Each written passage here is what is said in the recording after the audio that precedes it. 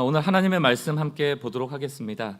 스가랴 2장 1절로 5절 한 절씩 교독하겠습니다. 1절 내가 또 눈을 들어본즉 한 사람이 측량줄을 그의 손에 잡았기로 내가 어디로 가느냐 물은즉 그가 내게 대답하되 예루살렘을 측량하여 그 너비와 길이를 보고자 하노라 하고 말할 때 내게 말하는 천사가 나가고 다른 천사가 나와서 그를 맞으며 이르되 너는 달려가서 그 소년에게 말하여 이르기를 예루살렘은 그 가운데 사람과 가축이 많으므로 성곽 없는 성읍이 될 것이라 하라. 함께 읽습니다. 여호와의 말씀에 내가 불로 둘러싼 성곽이 되며 그 가운데에서 영광이 되리라. 아멘. 여러분 호모 비아토르라는 말을 들어보신 적 있는지 모르겠어요. 비아토르. 요즘 이제 신앙서적 만드는 그 출판사 중에 비아토르라는 출판사도 있는데 이건 가브리엘 마르셀이라는 학자가 만들어낸 용어인데 그 뜻을 해석해 보면 여행하는 인간이다 이런 뜻입니다. 조금 더 확장하면 길을 걸어가는 것이 인간의 본질이다 이런 뜻. 호모는 사람 아닙니까? 걷는 인간, 여행하는 인간 이런 뜻이에요. 영어 단어 트래블이라는 이 여행이라는 단어 역시 고대 원어에 근거하면 고역, 고난이라는 어원에서 근거한 거라고 보면 우리는 지금 뭐 여행하면 어디 유럽 여행 가다 미국 여행 가다 굉장히 이게 뭐 막 편안한 그런 여행을 생각하지만 실제적으로 여행이라는 것은 길을 떠나는 거거든. 길을 걷는 것이기 때문에 때로는 고난의 길일 수도 있잖아요. 힘들 수도 있다는 것입니다. 인생이라는 것은 늘 한 곳에 머물러 있지 않아요. 우리가 늘 정답을 살아가고 있지 않기 때문에 때로 오답을 만나면 길을 꺾어서 길을 틀어서 바른 방향으로 다시 걸어가야만 우리가 생존할 수 있죠. 바른 방향, 꿈꾸는 이상 혹은 삶의 의미 이런 것들을 찾아서 늘 움직여야 되는 존재라는 것을 의미합니다. 인간이 이 인류가 생존했던 것도 문제를 만날 때마다 머무르지 않은 거예요. 추우면 따뜻한 곳으로 떠나고 계속 움직였던 역사이거든요. 영어 단어 way, 길이라는 단어의 또 다른 뜻을 알지 않습니까? 방법, 방향이라는 뜻이 있습니다. 참 어울리는 것 아닙니까? 길 위에는 방향과 방법이 존재한다는 거예요. 그래서 우리가 막막할 때 뭐라고 합니까?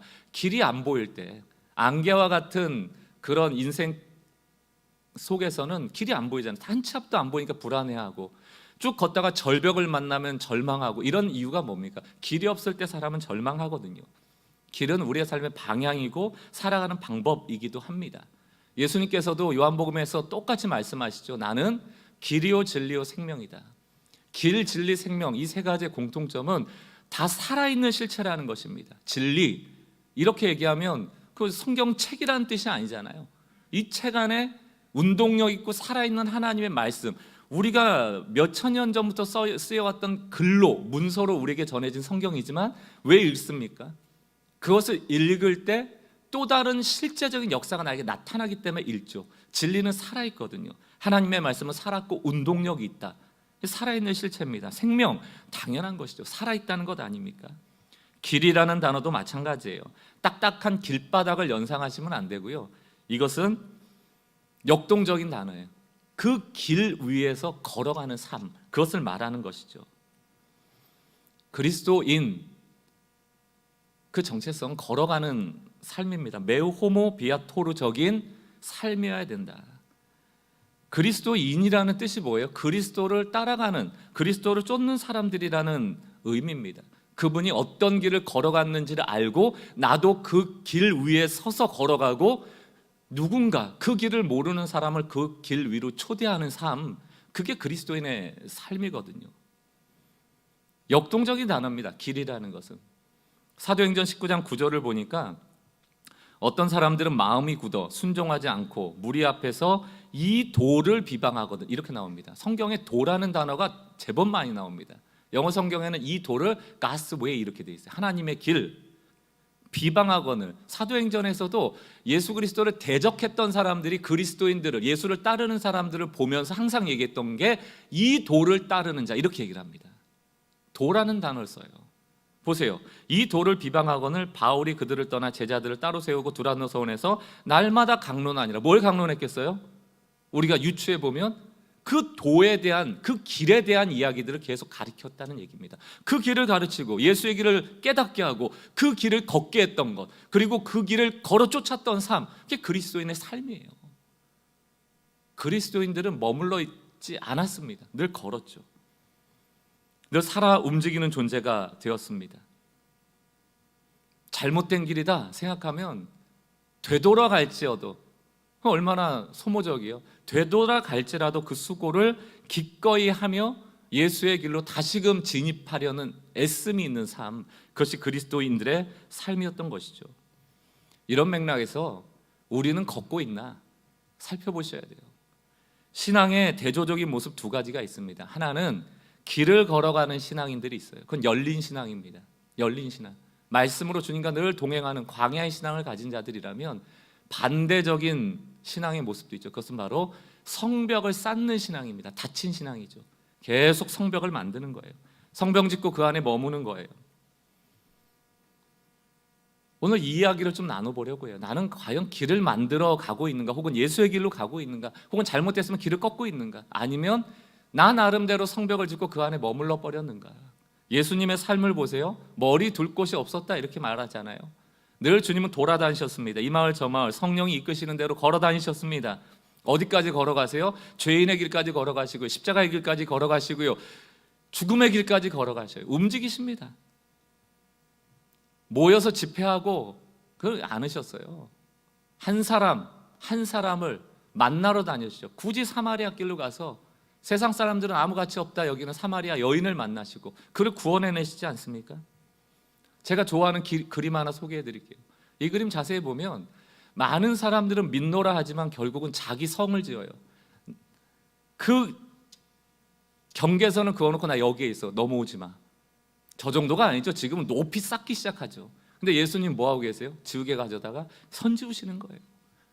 계속 돌아다니면서 한 사람 한 사람 만나면서 경계선 다 지우는 거예요.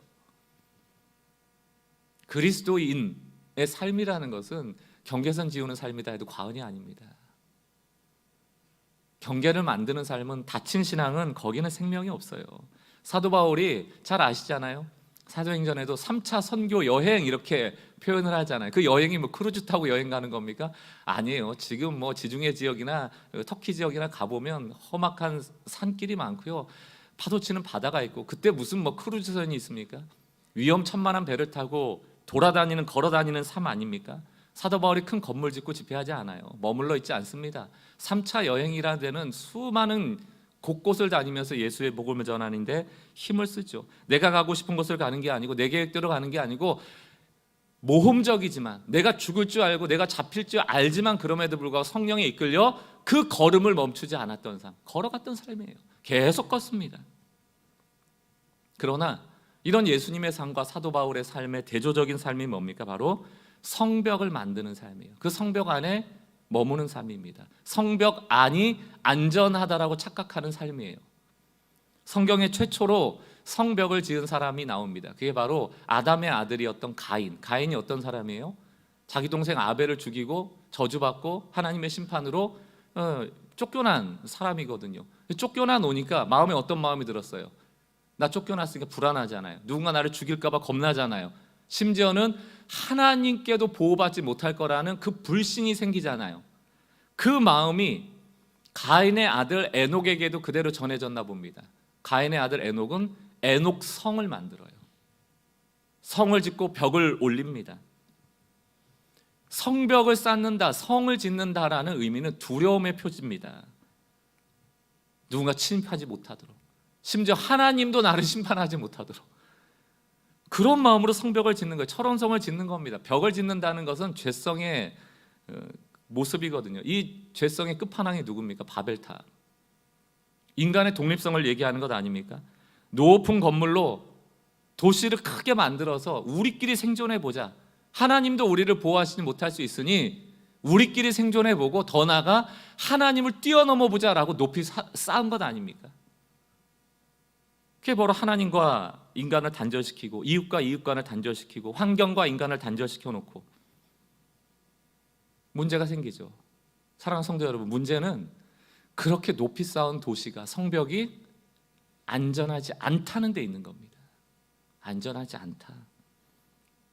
오히려 폐쇄되고 고립된다.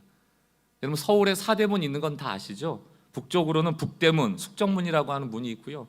남쪽으로는 남대문, 숭례문이 있죠. 동쪽으로는 동대문, 흥인지문이 있죠. 서쪽으로는 서대문, 돈이문이 있습니다.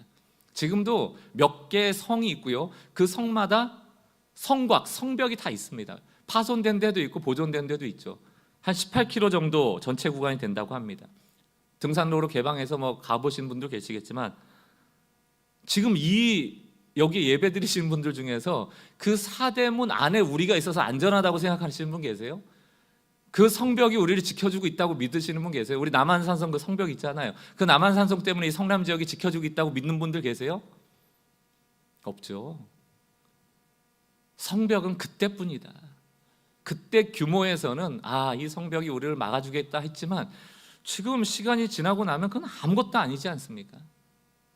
게다가 역사적으로 아무리 강한 성벽, 만리장성과 같은 성벽도 다 침입당했어요. 성문을 지키는 사람 하나 매수하면 뚫리는 거거든요. 아무리 견고하게 성벽을 지으면 뭐합니까? 사람 하나가 그 성벽을 무너뜨려 버리거든요.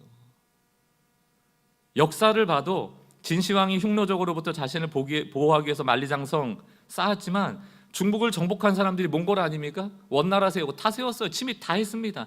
여진의 청나라 다 뚫었어요. 안전하지 않습니다. 어떤 성벽이 안전하겠습니까? 그 만리장성을 지었던 중국하고 늘 대조적으로 나오는 나라가 있는데 그게 바로 로마입니다. 로마도 물론 성벽을 쌓았던 적이 있습니다. 그러나 로마는 성벽에 집중하지 않고 길을 냈죠. 길을 냈습니다.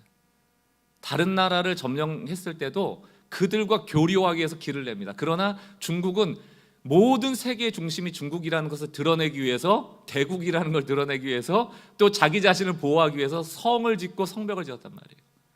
로마가 길을 만든 도로의 길이를 한 사람 20만리입니다. 중국이 만리장성을 쌓을 때 로마는 20만리의 길을 냈어요.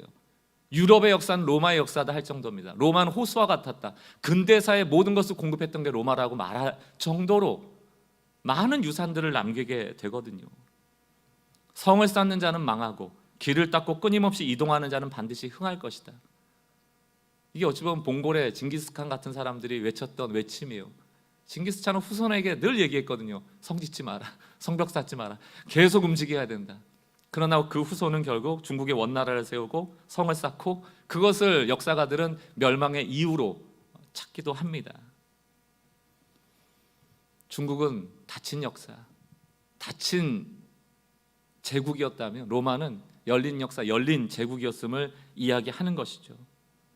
신앙으로 적용해도 닫힌 역사는 늘 고인물이 됩니다. 썩기 마련이고요. 계속 수로를 열어야 한다. 복음이라는 것이 교회 안에 갇혀있고 내 안에만 갇혀있으면 썩어요. 영적으로 비만이 걸립니다. 은혜만 먹으면 뭐 하겠습니까? 살찌면 뭐 하겠습니까?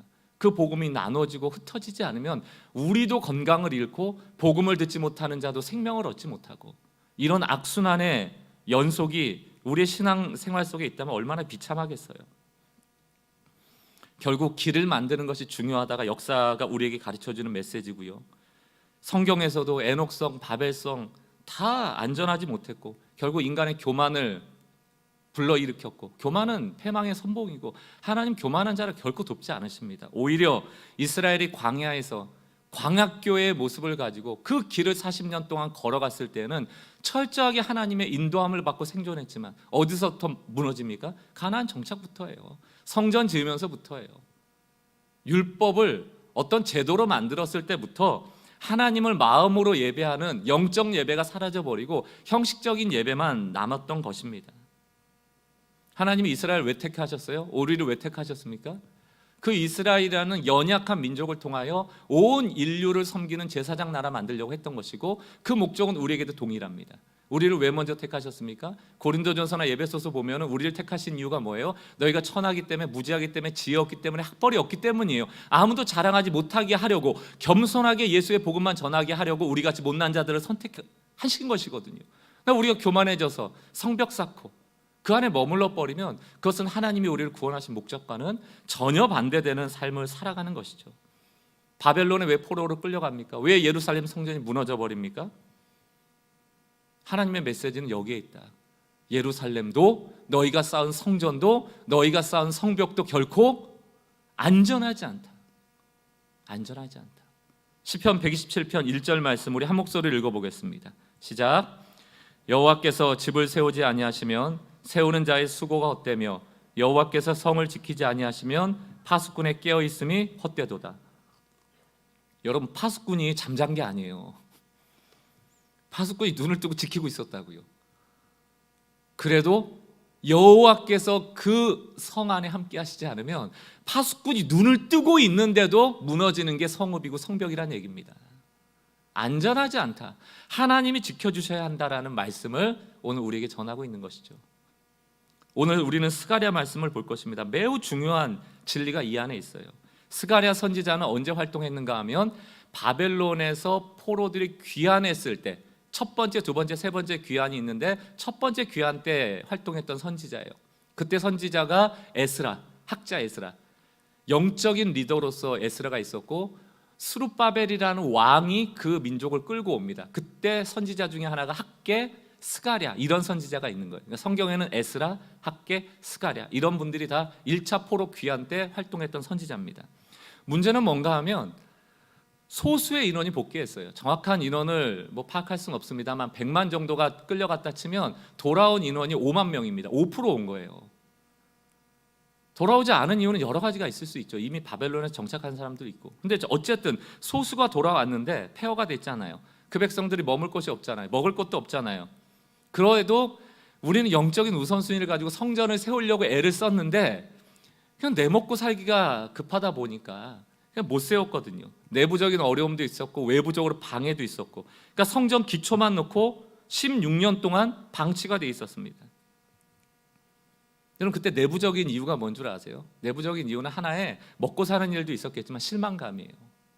솔로몬의 영광을 본 분도 있거든요. 솔로몬의 성전을 본 사람도 있거든요. 그런데 돌아와 보니까 그냥 작은 돌 하나 놓고 시작해야 되는 별 볼 일 없는 성전을 지어야 하는 그런 상황. 과연 하나님이 여기도 역사하실까? 요따만한 성전에 하나님이 역사하실까? 실망감이 너무 컸던 겁니다. 그러니까 성전 기초는 놓았는데 짓지를 못하고 있어요. 에스라 3장 12절을 보십시오. 제사장들과 레위 사람들과 나이 많은 족장들은 첫 성전을 보았으므로, 솔로몬 성전이에요. 엄청나지 않았습니까? 이제 이 성전의 기초가 놓임을 보고 대성통곡했다고 합니다. 왜? 좋아서? 아니요. 아이고, 이까지 성전에 우리가 솔로몬의 영광이 어마어마한데 요거 뭐냐, 이 꼴이 뭐냐, 다 좌절해 버린 거예요. 여러 사람은 기쁨으로 크게 환성 질렀다. 철없는 젊은 사람들은 이거라도 좋다고 소리 지르고 있고, 솔로몬의 영광을 본 사람들은 다 절망해 버린 겁니다. 학개 2장 3절을 보세요. 너희 가운데 남아있는 자 중에서 이 성전의 이전 영광을 본 자가 누구냐? 솔로몬의 영광 아닙니까? 이제 이것이 너에게 어떻게 보이냐? 스룹바벨 성전의 기초 말이에요. 이거 너희 눈에 보잘것 없지 않느냐? 다 안다. 너희가 실망한 거 안다. 그러니까 지금 사람들 마음 가운데 가시적으로 보여지는 게 없다는 것이 이 사람들을 얼마나 절망시키는지에 대한 메시지가 여기 담겨 있는 겁니다. 그런데 오늘 이 상황 속에서 스가랴 선지자가 몇 가지 환상을 보는데, 오늘 우리가 읽은 스가랴 2장 세 번째 환상이거든요. 그 환상 내용을 통하여 우리를 격려하시는 거예요. 2장 1절 2절을 세 번역으로 보십시오. 스가랴입니다. 내가 고개를 들어보니 측량줄을 가진 사람 하나가 나타났다. 지금 뭔가 계측하려고 하는 한 사람이 나타난 거예요. 2절, 내가 그에게 물었다. 어디로 가십니까? 그가 나에게 말했다.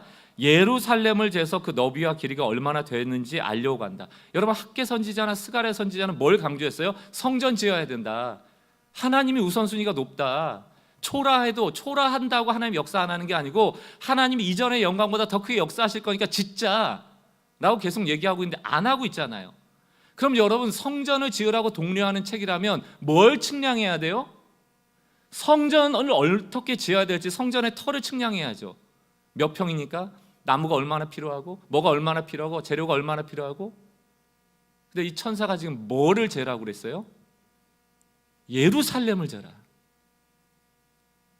그럼 여러분, 예루살렘만한 성전을 지으라는 얘기입니까?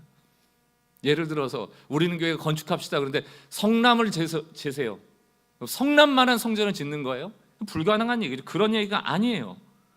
왜 이런 명령을 하셨는지에 대한 이유가 2장 4절에 나옵니다. 이르되 너는 달려가서 그 소년에게 말하여 이르기를, 예루살렘은 그 가운데 사람과 가축이 많으므로 성곽 없는, 성벽 없는 성읍이 될 것이라 하라. 성벽 없는 성읍, 무슨 얘기입니까? 이 원래의 의미는 너희들이 지금은 초라해 보지만 하나님, 내가 너희를 축복할 거야. 엄청나게 사람이 많아질 거고 엄청나게 가축이 많아질 거야. 너희는 지금 성벽을 요만하게 지으려고 하지 금방 너희는 축복받아서 이 성벽이 무색할 정도로 커질 거야 라는 메시지예요. 마치 지금 서울의 사대문이 아무 기능을 하지 못하는 것처럼. 그런데 우린 무슨 생각하고 있어요? 성전은 이만해야 돼, 성벽은 이래야 돼. 짓지 마라. 엄청나게 너희는 커질 거야. 근데 여러분 생각을 해보세요. 사람의 마음에 사람이 많아지면 많아질수록, 지킬 가축이 많아지면 많아질수록 사람의 마음은 어때요? 아, 여기가 안전하려면, 보호받으려면 성벽 지어야 돼. 성벽 지어야 돼. 짓지 말라는 거예요. 그러면서 뭐라고 얘기합니까? 스가랴 2장 5절 세 번역입니다. 우리 같이 읽어보겠습니다. 시작. 바깥으로는 내가 예루살렘의 둘레를 불로 감싸 보호하는 불성벽이 되고 안으로는 내가 그 안에 살면서 나의 영광을 드러내겠다. 나 주의 말씀이라. 무슨 얘기예요? 성벽 짓지 마라. 인간이 만든 성곽 짓지 마라. 다 뚫리는 성곽, 아무런 안전을 보장하지 못하는 성곽이고 오히려 너희의 축복을 제한하는 성곽이라는 거예요. 요만하게 만들어봐야 내가 주는 축복을 담아낼 수 없다는 겁니다. 오히려 내가 이 예루살렘 전체를 성전 삼겠다는 거예요. 이 예루살렘 전체를 감쌀 만한, 내 역사를 감쌀 만한 성벽을 너희는 지을 수 없어. 그러나 내가 친히 불로 성곽이 되어주겠다는 메시지예요. 내가 너희의 불성곽이 되어주리라. 그러므로 너희는 인간이 만든 성곽을 만들지 마라. 오히려 불성곽이 있는 성읍이 안전하다. 오늘 우리 설교 제목이 뭡니까? 성벽 없는 안전한 성. 말이 안 되잖아요. 성벽이 있어야 안전한 것 아닙니까? 근데 성벽이 없어야 안전하다는 거예요. 왜? 우리의 성벽을 부술 때 비로소 하나님이 친히 불성곽이 되신다. 이게 신앙이에요, 여러분. 이게 교회예요. 성벽 있는 교회가 안전한 게 아니고 성벽이 무너지고 오히려 하나님이 불성벽이 되어주는 교회, 그게 가장 안전하다. 학개서를 통하여서도 하나님 약속하시거든요. 2장 9절 이 성전의 나중 영광이 이전 영광보다 크리라. 아무리 초라해 보여도 내가 불성벽이 되어주고 친히 성전이 되어주면 솔로몬의 성전의 영광은 기억하지도 마라. 이 성전의 나중 영광이 이전 영광보다 크리라. 만군의 여호와의 말이니 내가 이곳에 평강을 주리라. 샬롬, 내가 여기 머물러 주겠다는 거예요. 내가 불성곽으로 지켜주겠다는 거예요. 사랑하는 성도 여러분, 이 적용이 여러분의 가정에도 되길 바라요. 우리가 빗장 걸어 잠그고 아파트 문화에 익숙해지다 보니까 그냥 빗장만 걸면 안전할 줄 알죠. 그 안에 쏙 들어가 있으면 나는 편안할 줄 알죠. 그러나 하나님이 지켜주지 않으면 파수꾼이 깨어 경성함도 아무것도 아닌 헛수고다 말씀하시잖아요. 가장 안전한 가정은 어디입니까? 가장 안전한 일터는 어디입니까? 가장 안전한 학교는 어디고 가장 안전한 교회는 어디입니까? 그건 우리가 쌓은 성벽이 없는 곳이에요. 성벽이 없기 때문에 우리는 기도하겠죠. 뭐라고 기도합니까? 하나님, 우리 삶에, 우리 가정에, 우리 학교에, 우리 일터에, 이 교회에 하나님이 불성곽이 되어주세요. 성벽 없는 성읍, 그러나 불성벽이 있는 성읍. 성벽 없는 교회, 그러나 불성벽으로 보호받고 있는 교회. 그게 이 땅의 교회가 되어지길 바라고 그런 교회가 많아지길 바랍니다. 교회는 지난주에 잠깐 언급했지만 여러분 오해하실까 봐 좀 부연 설명을 드리면 교회는 비가시적인 교회가 있고 가시적인 교회가 있어요. 비가시적 교회는 보이지 않는 교회입니다. 가시적 교회는 보이는 교회, 이런 우리는 교회. 이게 이 땅의 가시적 교회입니다. 진짜 교회는 비가시적 교회예요. 보이지 않습니다. 그게 무슨 말인가? 우리가 구원받았는지 구원받지 않았는지는 우리는 몰라요. 왜냐하면 행위로 구원받지 않기 때문에 여기서 누가 더 많이 기도했는지, 누가 더 많이 예배를 갔는지, 누가 더 많이 헌신했는지, 봉사했는지 점수를 가지고 70점 이상 구원받는다, 이런 논리가 아니에요. 우리의 구원은 오직 부르신 자의 택함으로 인해서 주어지는 은혜로 구원이거든요. 그럼 누가 가장 잘 압니까? 하나님만 아는 거예요. 여기서 아무리 손들고 예배드리고 아무리 정성을 들이는 표정을 짓고 아무리 뜨거운 열정으로 하나님 예배한다 하더라도 그 겉모습과 다른 마음의 중심 없는 예배일 수 있다는 것. 그러므로 하나님 알아. 이게 비가시적 교회입니다. 이게 바로 우주적 교회, 공교회. 그게 교회예요. 예수께 속한 자들. 이곳에만 있는 사람들이 교회가 아니고 지금 수많은 믿는 사람들이 교회예요. 다. 그게 우주적 교회입니다. 가시적 교회는 뭡니까? 우리는 교회 같은 지역적 교회를 얘기하는 거예요. 이 교회는 완벽하지 않아요. 이 교회 안에 양도 있고 이리도 있습니다. 구원받는 자도 있고 구원받지 못하는 자도 있어요. 그래서 다툼도 있고 갈등도 있습니다. 사랑하는 성도 여러분, 이 불완전한 교회를 완전하게 만드는데 에너지 소비할 때가 아닙니다. 우리가 해야 될 일은 이 안에서 함께 예배하고 모이는 교회가 중요하죠. 복음을 전하는 전함과 같은 곳이니까. 그러나 그 목적이 뭐여야 됩니까? 이 불완전한 교회를 완벽하게 만든다거나 이 불완전한 교회를 더 키우겠다가 아니고 예수를 전하는 일에 우리가 집중하고 있는가에 관심 가져야 돼요. 비가시적 교회가 확장되고 있는가? 비가시적 교회가 부흥되고 있는가? 예수 믿지 않는 사람들이 많아지고 있는가가 중요한 것이죠. 그 일을 위하여 이 교회가 쓸모있는 교회가 되는 것이 중요한 것이죠. 여기에 포인트가 있어요. 그러므로 왜 우리 교회가 복음을 강조합니까? 왜 복음만 강조합니까? 그게 살아있으면 되거든요. 내가 복음을 누리게 하면 되거든요. 어떠한 환경이든 어떤 건물이 있든 어떤 성벽이 있든 없든 상관이 없어요. 그런 게 중요한 게 아닙니다. 그것을 요즘에 신학적 용어로 얘기하면 그게 미셔널 처치예요. 건물 안에 갇히지 말고 일상이 여러분들의 복음 전하는 현장이 되도록, 우리에게 주어진 하나님 보내신 선교지가 되도록, 일상 선교사, 생활 선교사가 되도록 하는 거, 그게 미셔널 처치거든요. 성벽이 있으면 못 나가죠, 밖으로. 그래서 성벽을 부수려 하는 거예요. 자꾸 나가라는 거예요. 하나님이 지경을 훨씬 넓혀줘서 보호하고 있다는 겁니다. 우리가 나가면 하나님은 더 나가셔서 성벽을 지어주실 거예요. 우리는 교회가 성벽 없는 교회가 될 때 가장 안전하다, 이것을 믿는 여러분들 되셨으면 좋겠어요. 엘리사가 아람 군대가 전쟁 걸어왔을 때 엘리사의 사환은 놀라잖아요. 깜짝 놀라서 이제 죽었구나, 어떻게 해야 됩니까? 어떻게 해야 됩니까? 아하, 우리가 어떻게 해야 됩니까? 한숨 쉬었거든요. 그때 엘리사가 뭐라고 얘기합니까? 열왕기하 6장 16절 17절 대답하되 두려워 말라, 우리와 함께한 자가 그들과 함께한 자보다 많으니라 하고 기도하여 이르되 여호와여 원하건대 그의 눈을 열어서, 이 사환의 눈을 열어서 보게 하옵소서 하니 여호와께서 그 청년의 눈을 여심해 그가 보니 불말과 불병거가 산에 가득하여 엘리사를 둘러쌌더라. 우리의 문제는, 우리가 성벽을 요구하는 이유는 사실은 믿음의 눈이 가리워졌을 때 나타나는 현상입니다. 안전해야 돼. 우리가 더 크면 이곳에서 더 안전한 곳이 될 거야. 더 화려하면 많은 사람들이 몰려들 거야. 그러나 그 안에는 양과 이리가 다 있다니까요. 커지면 커질수록 문제가 생긴다니까요. 더 빨리 굳어진다니까요. 많아지는 게 경고 신호라니까요. 오히려 우리가 뭘 추구해야 되는가? 주님, 믿음의 눈을 열어주세요. 성벽이 없지만 안전한 성읍이라는 것을 알게 해주세요. 내 눈에는 보이지 않지만 하나님이 불발과 불병거로 우리를 보호하고 있다는 걸 믿게 해주세요. 그렇다면 우리가 해야 될 게 뭡니까? 건물 지을 때가 아니죠. 우리가 정말 해야 될 일은 기도해야 되는 것이죠. 우리의 눈을 열어달라고, 오늘 이 스가랴의 말씀을 믿게 해달라고, 안전이 우리 손에 있지 않다는 것을 알게 해달라고, 우리가 교만하였음을 회개해야죠. 더 겸손하게 주님을 의지해야죠. 보이는 것을 의지할 게 아니에요. 안식월 가면서 제가 얼마나 불안하겠습니까? 제가 몇 주 전에 정말 깊이 깨달았거든요. 제가 3개월을, 저는 이제 MBTI를 보면 뒤가 이제 P입니다. 계획성이 없는 사람이에요. 그런데 이상하게 목회 영역에서는 굉장히 보수적인 벽이 있어요. 뭐 해야 돼. 그게 사실은 좋은 목사로 보이고 싶은 약간 잘못된 증후, 이 좋은 목사 증후군이라고 그러거든요. 실은 엄청 나쁜 놈인데 성도들 앞에서는 좋은 척하는 거, 안 들키는 거, 이런 거. 그래서 제가 3개월 동안도 그냥 쉬면 되는데, 여러분, 내가 쉬는 게 아니에요. 제가 뭐 할 겁니다. 막 성교적인 뭘도 할 거고, 심지어는 제가 성경책도 샀다고 말씀드렸잖아요. 그 3개월 동안 성경 일독하겠다고.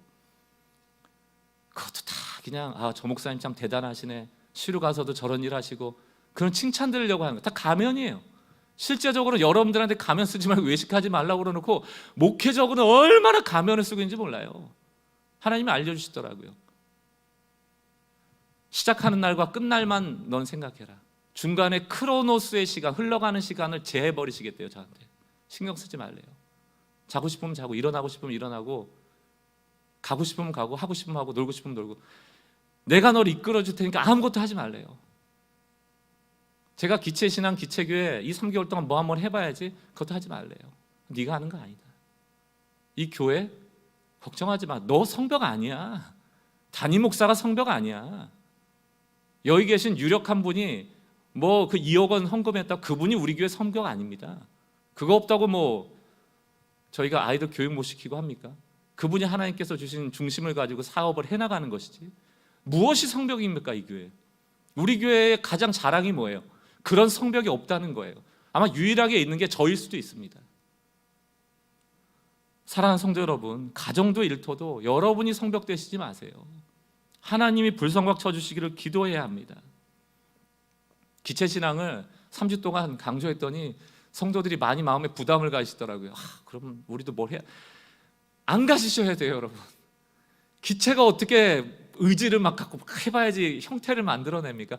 그냥 여러분 자연스럽게 스며들길 바라고 오늘 이 말씀을 통해서 여러분 기도하시길 바래요. 여러분 일상에서 복음을 어떻게 전해볼까? 내가 그런 삶을 살아볼까? 고민하시면 되고 하나님 환경을 열어주시고 이끌어 주실 거예요. 두 주먹 쥐고 하는 일이 아닙니다. 모르면 모르는 대로, 이해가 되면 이해되는 대로 따라오시면 돼요. 저희도 실체를 모르고 가고 있기 때문에. 그러나 저는 분명히 이해합니다. 우리는 이 교회 너무 중요해요. 이 교회가 기초교회라는 교회를 실험하는데 많은 물질을 자원을 서포트하면 이 교회가 좋은 열매를 통하여 이 우리는 교회가 굳어지지 않도록 수혈하는 교회가 될 겁니다. 투트랙이에요. 같이 가야 돼요. 여기 남아있다고 잘못되는 것도 아니고 고쳐야 되는 것 뭐 어떡합니까? 시간이 지나면 고쳐야 되는데. 그러나 대안이 필요하다. 실험이 필요하다. 시도해야 된다. 계속 기름 걸어가야 된다. 멈추면 안 된다. 결론을 내리면서 몇 주 전에 분당 우리교회 이찬수 목사님 설교를 듣게 됐습니다.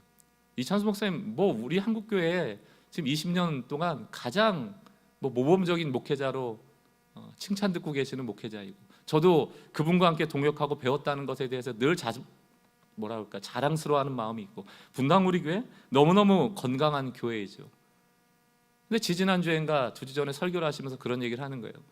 그렇게 훌륭한 목사님과 그렇게 모범적인 교회임에도 불구하고 빨간불이 들어왔다. 문제가 생겼다. 우리 교회 지금 문제다. 얘기를 하시더라고요. 그러면서 레너드 스윗이라는 지금 신학교 뭐 교수이기도 하고 미래 학자이기도 합니다. 신학자인데 그분이 했던 교회 4가지 유형 4M을 설명을 하시더라고요. 교회는 4가지 유형이 있다는 겁니다. 그거를 4M, M을 이니셜로 해서 설명을 하는 거예요. 미셔널 처치가 있고, 이게 가장 모범적인 교회입니다. 우리가 방금 얘기했던 복음에만 집중하는 거. 어떻게 하면 내가 복음을 누릴 것인가? 어떻게 하면 이 교회가 복음대로 문화에 설 것인가? 어떻게 내가 복음을 전하고 예수가 내 입을 통하여 이야기로 나누어질 것인가? 이런 데 관심 갖는 거예요. 수단과 방법이 필요하지 않아요. 성벽을 쌓지 않습니다. 오히려 주님이 만들어 놓으신 불성곽까지 나가기를 원하는 거죠. 살아있어요. 걸어가니까, 계속 걸어가니까. 두 번째 교회는 미니스트리 철치. 미니스트리 좋잖아요. 목양. 여러분 목양 엄청 좋아하시잖아요. 목사님 목양 잘해주길 바란다고. 근데 이게 선교하는 교회보다는 한참 낮은 교회예요. 그냥 사역 중심, 이거 해야 돼. 1월 달엔 뭐 하고 2월 달엔 뭐 하고 3월 달엔 뭐 해야 돼.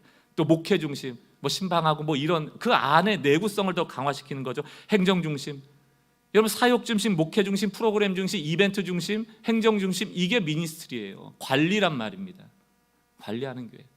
세 번째가 뭐예요? 메인터넌스, 유지하는 거예요. 그 다음부터는 앞에 했던 그 미니스트리, 목양하는 교회를 매년 반복하는 거죠.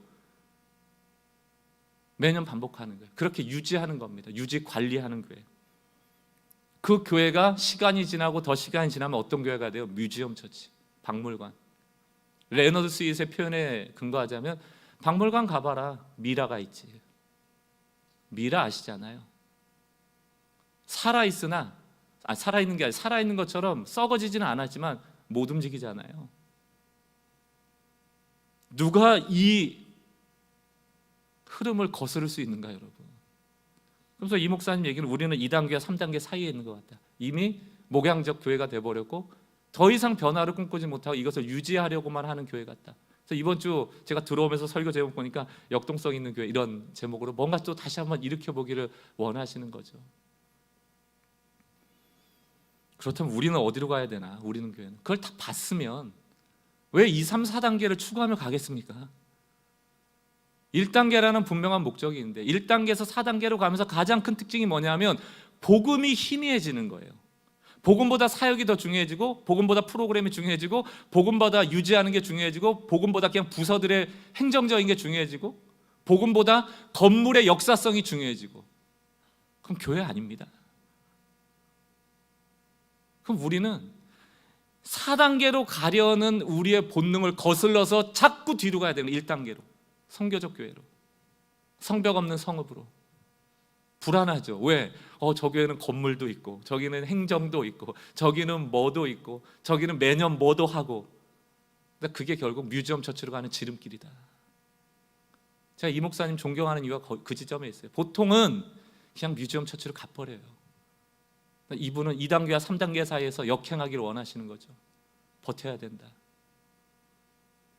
저희가 분당 우리 교회에서 참 기도로 후원해서 이 교회가 세워졌다면 그 대표적인 교회가 무너지지 않도록, 또 올전이 세워지도록 기도해야 될 뿐만이 아니고, 우리는 이렇게 시작 단계에서 굳이 그 4단계를 향해서 갈 이유가 없다. 하나님이 친히 이 교회 불성막되어 주시고 친히 보호하시고 복음을 살리고, 그 복음으로 우리가 어디에 있던 그 복음이 전해질 수 있다면 그것이 하나님이 가장 기뻐하시는 교회인 줄 믿습니다. 우리는 교회는 앞으로 주님 오시는 그날까지, 이 교회가 존재하는 그날까지 만리라는 장성을 쌓는 교회가 아니고, 우리 성도 한 사람 한 사람이 걸어가는 길을 다 합쳐보니 20만리의 길을 내어 하나님이 기뻐하시는 그런 교회로 나갈 수 있기를 주님의 이름으로 간절히 축원드립니다.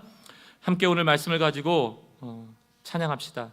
내는 주의 영광을 보내 우리 가운데 계신 주님. 이게 핵심이에요, 여러분. 솔로몬의 영광보다 더 아름다운 영광, 가시적 교회보다 더 아름다운 비가시적 교회를 볼 수 있는가? 그렇다면 우리는 1단계에 머물러 있을 것입니다. 초라해 보일지라도, 무명할지라도 하나님이 기뻐하시는, 세상이 주목하지는 않지만 주님이 주목하시는 교회가 될 겁니다. 그게 중요해요. 저는 생명력 잃지 않으려고 애를 쓸 것이고, 여러분도 함께 몸부림치는 귀한 성도들 되시기 바랍니다. 오늘 마음을 다해서 주님의 영광을 찬양하며 우리 기도 가운데로 나갔으면 좋겠습니다.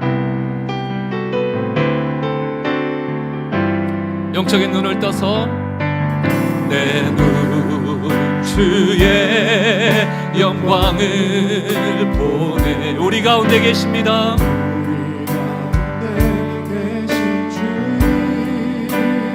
교회는 건물이 아닙니다. 온 하늘을 덮으시는 주님,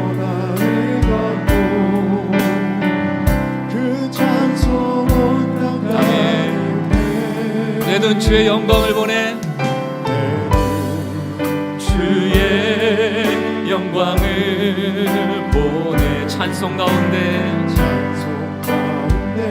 서신 주님, 아멘. 온 세상의 주인 되신 주님, 온 세상 나라를, 아멘. 권능의 발을 든 주의 영광 이곳에, 아멘. 주님이 친히 이 교회의 불성막이 되어주십시오.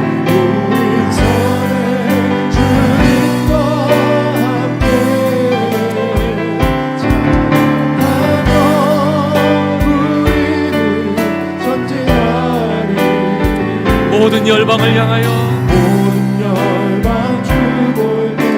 주의 영광 이곳에 가득하기를 기도합니다. 주의 영광 이곳에 가득해.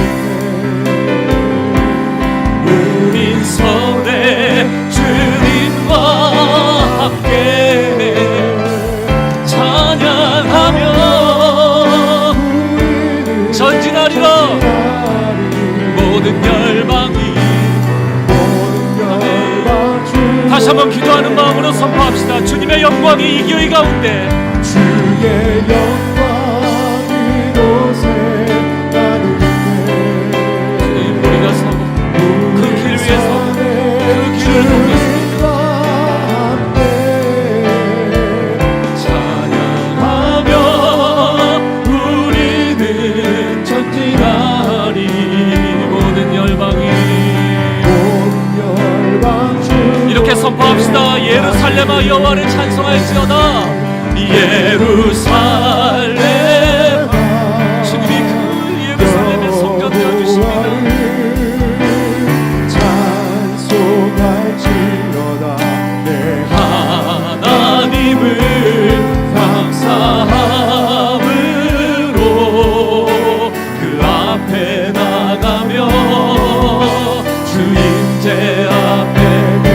예루살렘을 감싸고 계시는 주님을 찬양합시다. 예루살렘아, 여호와를 찬송할지어다. 내 하나님을 감사함으로 그 앞에 나가며 아멘 주 임재 앞에 경배. 오늘 주신 말씀을 가지고 여러분의 마음을 평안케 하세요. 성벽이 없어도, 우리 눈에 보이는 실체가 없어도 믿음의 눈을 들어 주님이 친히 이 교회에, 또 이 성남 땅에, 한국 땅에, 저 백두산에서 한라산까지 불성각을 치고 계시며 그 복음이 전해지기를 바라며 우리를 움직이라 말씀하고 계시거든요. 여러분, 갇힌 신앙인들 되지 마시고 열리시길 바랍니다. 미셔널 처치, 일상의 선교사들, 생활의 선교사들이 많이 나와서 목적을 가지고 교회 가게 만들어야겠다, 예수 믿게 하겠다, 그런 사고가 아니고 그들을 축복하고 그들을 섬기는, 오래 걸리고 비효율적이지만 한 사람을 위하여 끊임없이 관심 갖는 그런 라이프 스타일을 바꾸는 그런 결단들이 필요해요. 그것을 통하여 한 영혼이라도 구원할 수 있다면 우리 삶에 얼마나 감사한 인생이 되겠습니까? 오늘 주신 말씀을 여러분에게 주시는 말씀으로 받길 바라고, 또 주님과 조용히 묵상하시면서 정리하시길 바라고, 또 결단해야 될 것들이 있다면 결단의 기도를 주님 앞에 올려드리시고요. 두 번째로 더불어 기도할 것은 주님, 박물관 교회 되지 않도록 주님께서 붙잡아 주시고 선교적인 교회로, 복음이 살아있는 교회로 남아있도록 정말 우리는 교회를 또 여러분들 중보하면서 기도해 주셨으면 감사하겠습니다. 우리 같이 한번 오늘 말씀을 가지고 또 중보하며 기도하는 시간 같습니다. 합심하여 기도하시겠습니다.